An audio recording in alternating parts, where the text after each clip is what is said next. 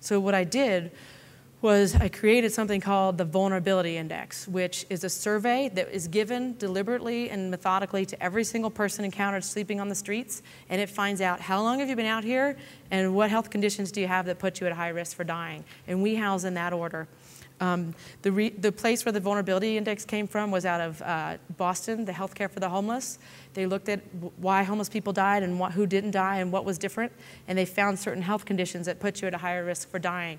And we incorporated that in with a survey and a tool into our daily work, so it's constantly improving and updating. So Dr. Jim O'Connell, after he did this research and he found out, if you have liver disease or kidney disease, or if you're over 60, or if you have frostbite or whatever, you're at a higher risk for dying, he went out on the streets and he found as many people as he could who had those conditions and said, I'm going to do everything I can to take care of you. And this picture right here is 11 people who had at least one of those high-risk conditions in Boston. They were under the care of Dr. O'Connell, who were also homeless. Only 3 of them are still alive today.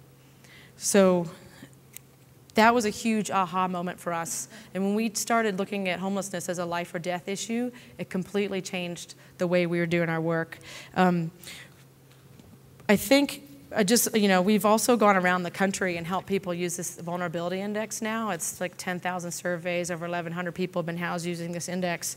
And what just never continues to amaze me, ceases to amaze me, is liver disease is one of those things that'll kill you. And when communities find out, here's your people who are going to die if you don't do something about it. Here's their names, here's their pictures, what are we going to do?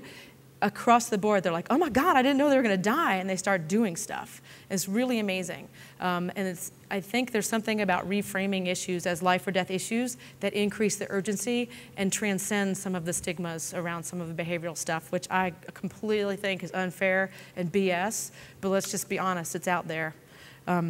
So we get this vulnerability index going through the whole city of New York now, and housing based on who's been out there the longest. And once New York City adapted this technique, instead of paying for contacts, they were paying for housing placement with performance-based contracts, 25% of your contract at risk. New York City now houses directly off the streets about 80 people a month. So what we did in 2 years, New York City does in a month now. And 3 out of 5 boroughs in New York City have reduced street homelessness by 2/3, a year ahead of schedule.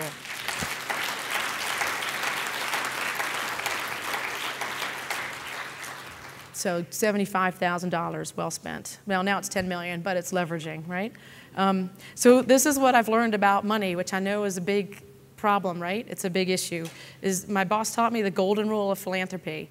When we wanted to expand our staff from 3 to 4, I was like, Roseanne, how are we going to get the money, And she said, don't worry, the golden rule of philanthropy. And I was like, what's that? And she goes, never, ever worry about money. If you have the right idea and a clear and urgent, compelling need, the money will follow. Just do the right thing. I was like, all right, I can do that.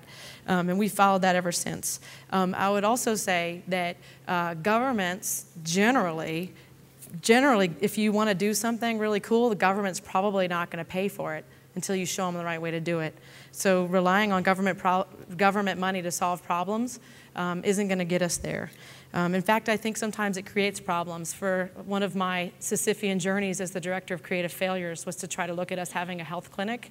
And the only way you can have a FQHC really work is if you're just chinging up the visits, you know what I mean? To ching. And I was like, well, why would we want to just have a business model where what you need to do to have a good business is have lots and lots of visits? It just doesn't make sense. So we stopped doing that. And even now, in a time of huge cutbacks, we're launching our most ambitious project ever.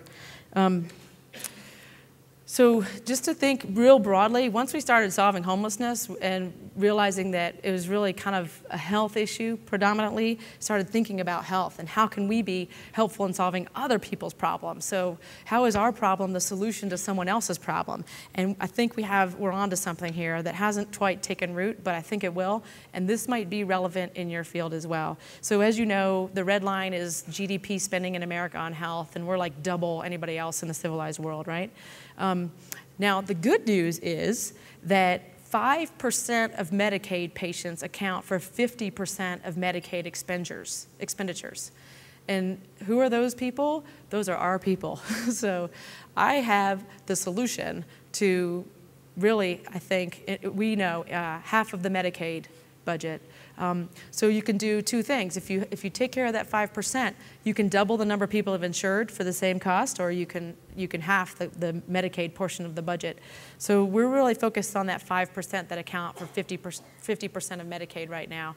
And about 60% of the people that fall in that 5% are unstably or not housed, are homeless. I suspect the same thing holds true in the behavioral health realm, that there's a small percent that account for disproportionate expenditures. We also compare what the cost of supportive housing is, which is like $15,000 a year, to what the alternatives are, jail, hospitalizations, and so that people often think of ending homelessness as an additional expense, but we're working really hard to frame it as a cost savings. Someone once asked me, like, why should I care? Why should I care about some guy on the streets, especially if he's just going to die, whatever? And I was like, okay, well, you need to take a nice pill, and you should care because it's costing you tons of money for that to happen, and it's just wrong. And she was like, really, how's it costing me money? And I explained how much they go to the hospitals and stuff, and I think she started to get it then. So again, with that 5%, with the 50% of the expenditures, it's the hardest part of the hard problem, right? I mean, those are some real doozies. And we started getting names and numbers, and literally, here are the people by name who are the most expensive users of the hospital system who are also homeless. So right now in New York, there's this project underway where we're working with the hospital with 500 people who are the most frequent users of that hospital, and we're providing them with housing. So I think this is a great model. This is what happens. We're able to document what happens to healthcare costs once somebody is housed. And I also suspect that the same might be true of behavioral health expenditures. We're able to track that after housing, basically spending on healthcare just drops off a cliff. In fact, so much so that it more than pays for the programs that it costs to get people into housing. So this is more leverage of that initial $75,000 investment. Once we started succeeding in New York, other places invite us in to help them out. So this vulnerability index tool, I've gone all over the country helping them adapt that to their community. But the first place where we were invited to go was Skid Row in Los Angeles. So Skid Row in LA, about 450 people sleeping outside in a 50 square block area. And before we went there to do the index, we were told, there's 1,800 people sleeping outside. And we were like, oh my God, we'll never be able to serve you that many people. And so we were like, well, let's go get ground truth. And we counted, and it was only 450. So people exaggerate and overstate problems all the time. And when you can get it to exactly who's out there and exactly what their names are, I think it makes it much more solvable. But literally, you know, it's just as bad as it gets, I think. And I think that's where we need to solve homelessness there for sure. Tent after tent after tent. But this is like a moth to flames. This is where we need to be.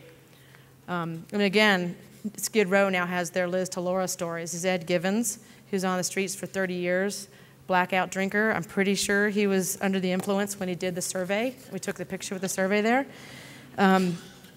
Chronic alcoholic, a really wild temper. He was called Wild Wild Bill. This is him today. So.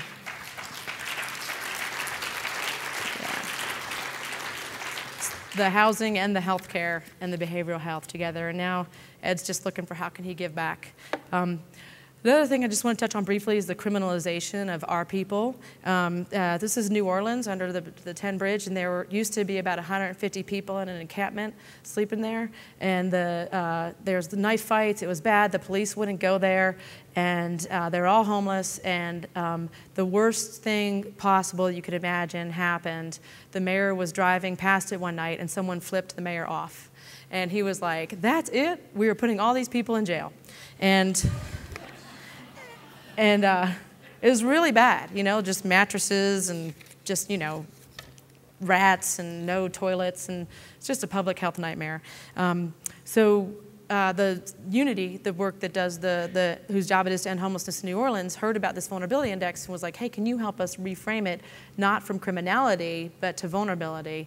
We went and did the surveys, and people were willing to do the surveys. They did this great big press conference and said, hey, whoa, don't send them to jail. You know, these people are really vulnerable. That using Jim O'Connell's research, a lot of them are at a high risk of dying. And the same city that was going to round up everybody and put them in jail their response was like, oh, I forgot we have some housing vouchers.